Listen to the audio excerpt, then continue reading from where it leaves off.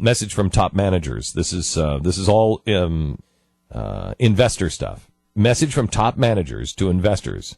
Prepare for turmoil. Soros, Druckenmiller, now Zell, billionaires, all quietly preparing for the plunge. I don't remember a time in my career when there have been many wild cards floating out there that have the potential to be very significant and alter people's thinking. When you have a demand issue, it's hard to imagine the stock market at an all-time high. This one's from Carl Icahn. We're very nervous about U.S. equity markets. We're very worried that Yellen doesn't understand the end game. There's no argument. Stan Druckenmiller. I'm fearful that today our obsession with what might happen to markets and the economy in the near term is causing us to misjudge the accumulation of much greater long-term risks to our economy. It just goes on and on and on. Next one. The god of crude oil trading. That's what he is known by his peers as, the god of crude oil trading. Andy Hall has, according to Bloomberg, now gone in on a bet that shale oil boom is going to play out far sooner than most expect, resulting in a steady increase in the prices to as much as $150 a barrel within the next 5 years. Now, that would be bad. That would be catastrophic. It would end. I mean, I disagree with that. I don't think shale oil is gonna give out. I think we've got, we're finding far more oil than we ever thought we had. Here's the thing. We are how many days away are we from the September 11th anniversary? It's the 4th today. So 1 week. 1 week away. So we're a week away from September 11th anniversary. How many planes are missing? How many commercial airliners are missing from the tarmac in Libya? It was 11, right? 11. Mm-hmm. You are 90 seconds away from the oil fields in Saudi Arabia. Mm-hmm. 90 seconds. You want to destroy the United States of America. Why did bin Laden hit us at the World Trade Center? Because it was our financial district. They know we hit at the financial district. America is over. Forget our financial district. You hit us where it counts. Oil. You burn the oil fields of Saudi Arabia. It is lights out for the Western way of life. Now, I'm not wishing these things. I'm not predicting these things. I don't know if these things will happen.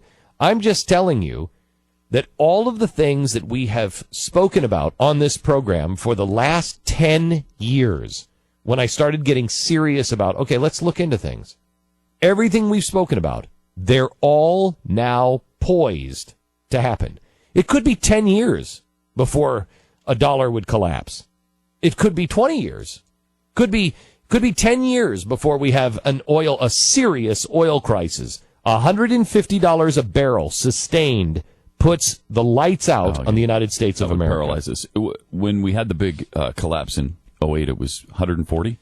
It was $140 a barrel. I said I thought it had to be $150 a barrel sustained, and I was wrong. It was 140. It was 140 or 130 sustained. And key word is sustained there. I mean, that was not there for a long time, thankfully. Right. Although there are economists who believe that was a larger or maybe as important a factor in the economic collapse as the housing crisis was. Well, it was the combination of the two. It was a 1-2 punch. Yeah. And that's what's happening.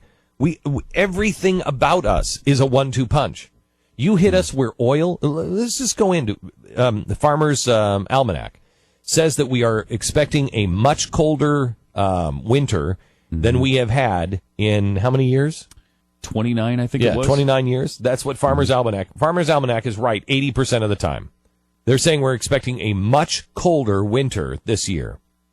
Last year, because of the cold, we were one power plant away from shutting down the electricity on the entire eastern seaboard. Look it up. We were one power plant away. If one power plant would have gone down, it would have tripped the entire system on the East Coast because we were at maximum usage of power. We're expecting a colder winter this year. In the meantime, the EPA has closed coal fire plants. What happens if we have a colder winter when we were one power plant away from shutdown? What happens this winter. What happens if ISIS, which they are here, we're not watching our borders, we don't know who's here. What happens if ISIS has come across our southern border or our northern border? What happens if they start shooting at a mall? They start beheading people. They do what our worst fear was when we were on the headline news. They do a Beslan. If you remember what that was going in to a school and just slaughtering children.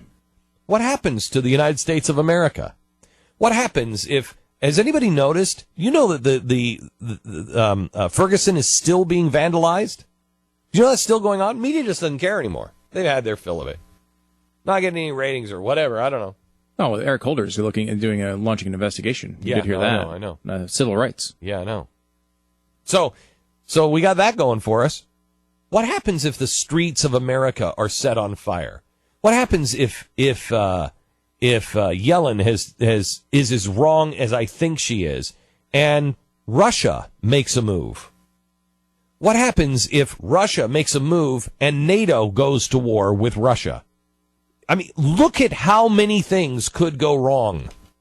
And they all could go wrong by tomorrow.